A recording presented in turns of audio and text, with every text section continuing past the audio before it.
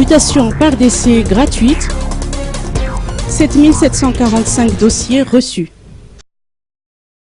Conformément à la promesse présidentielle, les mutations par décès se font gratuitement jusqu'à la fin de l'année sur les 15 591 mutations et inscriptions de droits et ou charges effectuées. 7 745, soit 49,67%, concernent les mutations par décès selon le compte rendu effectué ce matin à la salle de réunion des domaines ANOUS par 3 syndicats, le syndicat des inspecteurs des domaines et de la propriété foncière de Madagascar, le syndicat des contrôleurs des domaines de Madagascar et le syndicat des assistants rédacteurs des domaines de Madagascar. Ces 3 syndicats réclament plus de moyens de travail pour pouvoir traiter dans les meilleurs délais les dossiers reçus et mieux satisfaire les usagers. Ils souhaitent également l'adoption de nouvelles lois sur le foncier, notamment la proposition de la loi sur la propriété privée titrée. Explication.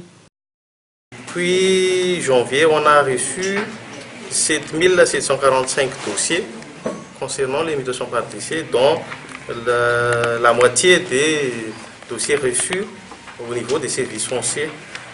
À ce propos,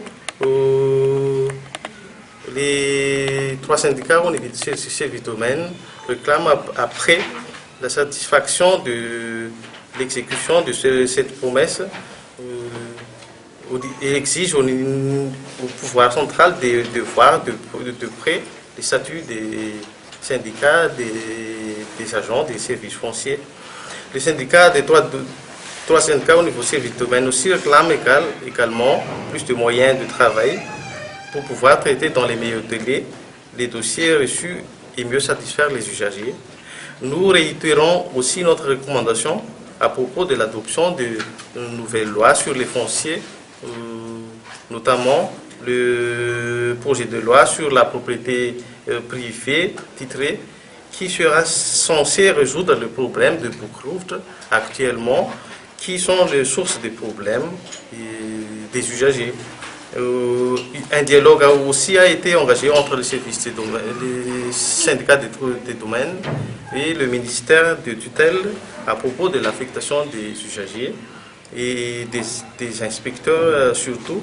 Et les résultats étaient satisfaisants malgré quelques difficultés. Et les autres syndicats, syndicats des contrôleurs et des assistants, espèrent que le ministère procédera aussi de la sorte à leurs propos.